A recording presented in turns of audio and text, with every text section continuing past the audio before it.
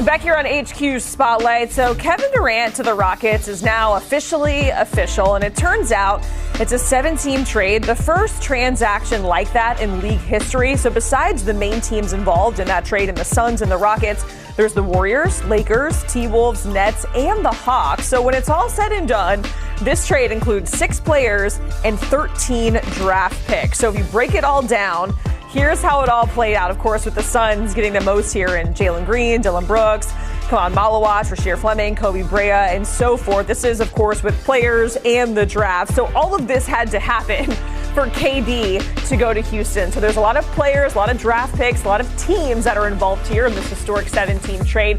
But we are going to focus in only on the Rockets and look ahead to them for a season outlook. And for that, let's bring in our NBA analysts, Sam Quinn and John Gonzalez. Gentlemen, always great to see you. So now that that trade is finally official, we knew it was kind of coming for some time, right?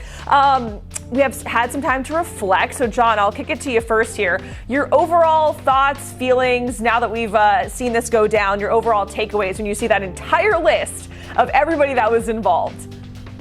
Yeah, I mean, a big trade, mostly just moving pieces around the board here. For the Rockets, that's the big thing. I mean, the Rockets have had just a remarkable offseason, Jacqueline. Sam and I had talked about this on the Beyond the Arc podcast previously, where I thought, they were the number 2 seed last year. They've got this young core. Maybe they should just go the OKC route and just wait on this thing a little bit. Wait till the trade deadline, then see if you want to add a piece. Man, I was wrong about that, Jacqueline. I love what they've done. They add Kevin Durant. They add Dorian Finney-Smith. They're instantly better right there after moving off of Jalen Green, who's a bucket, but is also extremely inconsistent, and Dylan Brooks. That's net win for the Rockets. Now, they also added Clint Capella as their third center, and to do so, they had to move off of Cam Whitmore, who's gone to the Wizards. I personally would rather have Cam Whitmore than Clint Capella as my third center, but these are, like, when we're talking about guys who are going to be at the end of the bench here for a Rockets team that has designs on potentially winning the Western Conference. It's hard for me to really quibble with that. That's like a minor issue that I would have with them. But, man, the Rockets are absolutely loaded. And Oklahoma City is going to go into this year as the number 1 favorite. Obviously, they're the defending champions. But I think the Rockets are right there with them.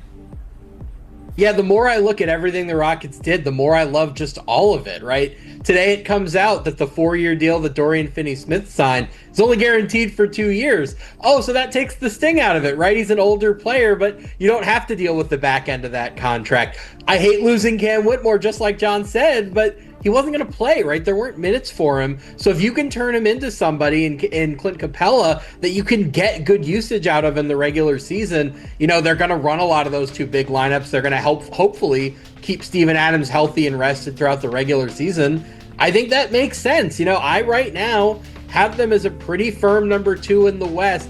Denver may be right behind at number 3. But the really great thing about this offseason for them is they didn't have to really pick a direction between all in right now versus going that Oklahoma City route. They didn't have to surrender their best assets. They still have those future Phoenix picks. They still have Amin Thompson. They still have Alperen Şengün. If they want to make another significant trade, they can, but they might not need to because they might just have a 60-win team as it is. So I think there's a real chance they win the West. But it's not going to be a flash in the pan. They're going to be competing with Oklahoma City and San Antonio for years to come. This isn't just one of the best teams right now. It's one of the best run organizations in all basketball.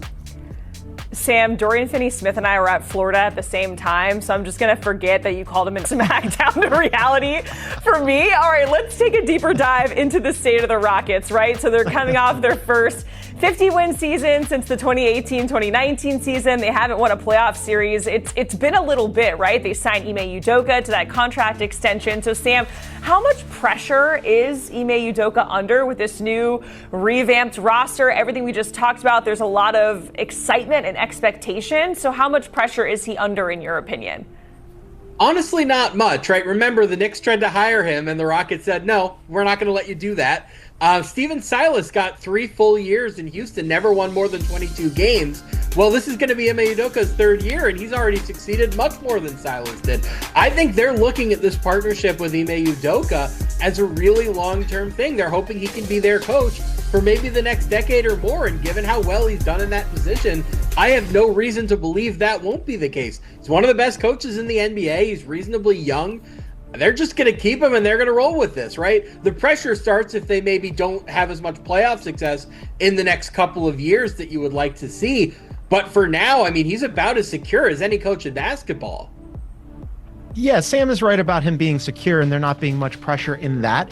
But I would take a little bit of umbrage on pressure overall, because when you have a team this loaded, there's going to be pressure, even if it's just from himself, to make this team get deep into the postseason, make a run in the Western Conference. The Western Conference is loaded, Jacqueline. I mean, like when you go out and you get Kevin Durant and Dorian Finney-Smith and Clint Capella, and you've got an ascendant Amin Thompson, and Alperen Şengün has looked fantastic. I mean, this team, Tari Eason, when you get into the bench, they're really deep and really talented. And when you're trying to compete in the Western Conference and unseat the Oklahoma City Thunder, I think that does come with a measure of pressure. And I'm sure that Ime Udoka would tell you that he wants not to be a first-round exit like they were last year. They were the number 2 seed. That's great. They're playing with the house money a little bit. But moving forward, eventually people are going to look around and go, okay, this roster is really good. Now, what have you done with it? So I think there is a little bit of pressure there. Maybe not as much pressure, though, as Sam having to dig out of that hole that he just had there,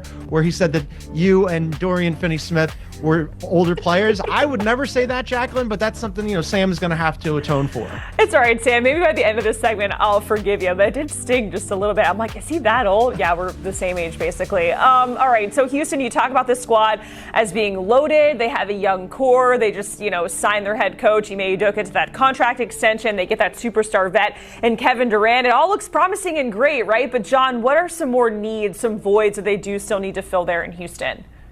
Yeah, I puzzled over this one because honestly, they're really loaded. I mean, like this team doesn't need a whole lot. As Sam mentioned, maybe they make another move on the margins here. Just looking at the roster, Fred VanVleet is their only true point guard. Maybe that means we're going to get more point. Amin Thompson, I really love that. You are talking, Jacqueline, to two of the foremost Reed Sheppard fans in the world. Outside of the Sheppard family, I think you'd be hard-pressed to find two guys who like Reed Sheppard more. He didn't play much last year. Maybe this is a plan where they decide, okay, we're going to dust off Reed Sheppard, give him the keys a little bit more, but he's going to maybe run some of that second unit. So on the just on the surface, as I look at their roster, I would think maybe a backup point guard. And then, of course, the answer for every team everywhere in the NBA is more shooting. Everybody can always use more shooting.